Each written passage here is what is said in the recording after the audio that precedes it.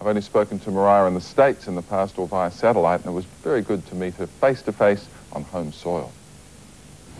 Mariah, welcome to Australia. It's nice to be able to say that. Thank you. It's nice to be here. It's taken a while, and you've sold a lot of records in this country. Do you ever stop and consider what you have achieved over the past decade? Because your sales and your success has set the record books on their ears. Well, really, it hasn't even been a decade. If you think about it, I put my first album out in, like, August of '90, so it's been, like, 7.5 years since I've been out, and I haven't stopped.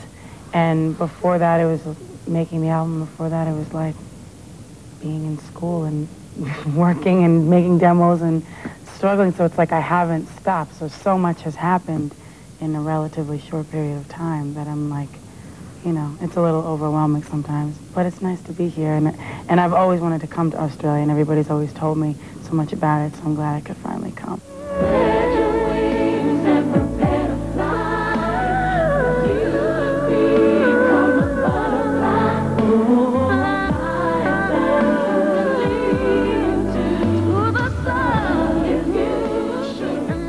You knew right from the start that you were blessed with an extraordinary gift. But did you ever doubt that you would achieve success?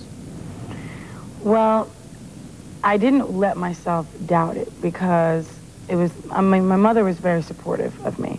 And her main thing was if you visualize yourself doing something and really believe in yourself, then you can do it. And if you start to doubt yourself, then you probably won't do it. And so I didn't let myself accept not having success, you know. And that's easy for me to say when it happened so quickly, you know, so young and everything else. But if I was still working now, struggling, I would, you know, I wouldn't have given up because I love it so much. There's nothing else that I can really do, so. I'm sure that's not true. You went through, what, beauty school stuff? Well, I can do some hair. I'm pretty good at hair. I'm not the best at pin curls or roller sets, but I am good at finger waves. No, no, I went to like 500 hours of beauty school because I wanted to have something to fall back on. But really, I ended up working in a salon for like an hour as like the hair sweeper up girl, you know.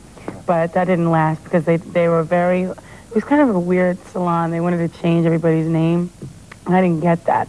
So he called me Echo, and I didn't really like that. I didn't understand why. My name is exotic enough. Why do you need to change it on me? And I wouldn't remember. I'd be sweeping up hair, and he'd start calling Echo, and I'd be looking the other way.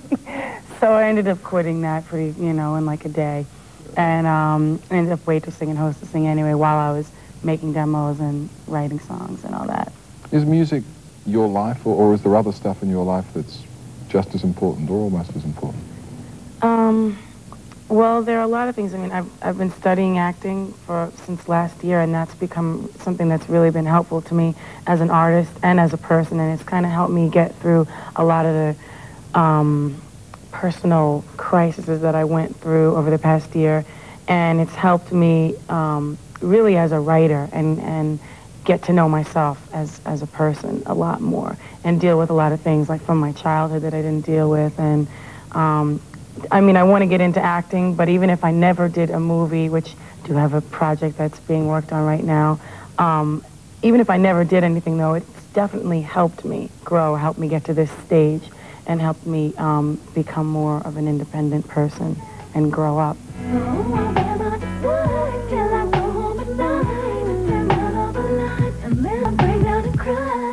And what sort of shape are you in personally now? Are you good? You through most of it?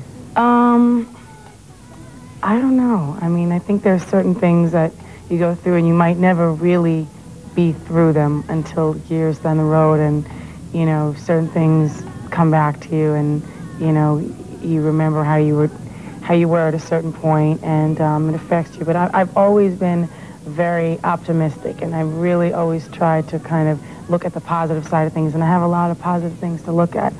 So, you know, I feel good. Thank you for talking to us, and thank you for coming to Australia. Thank you. Enjoyed the show last night. Thank you.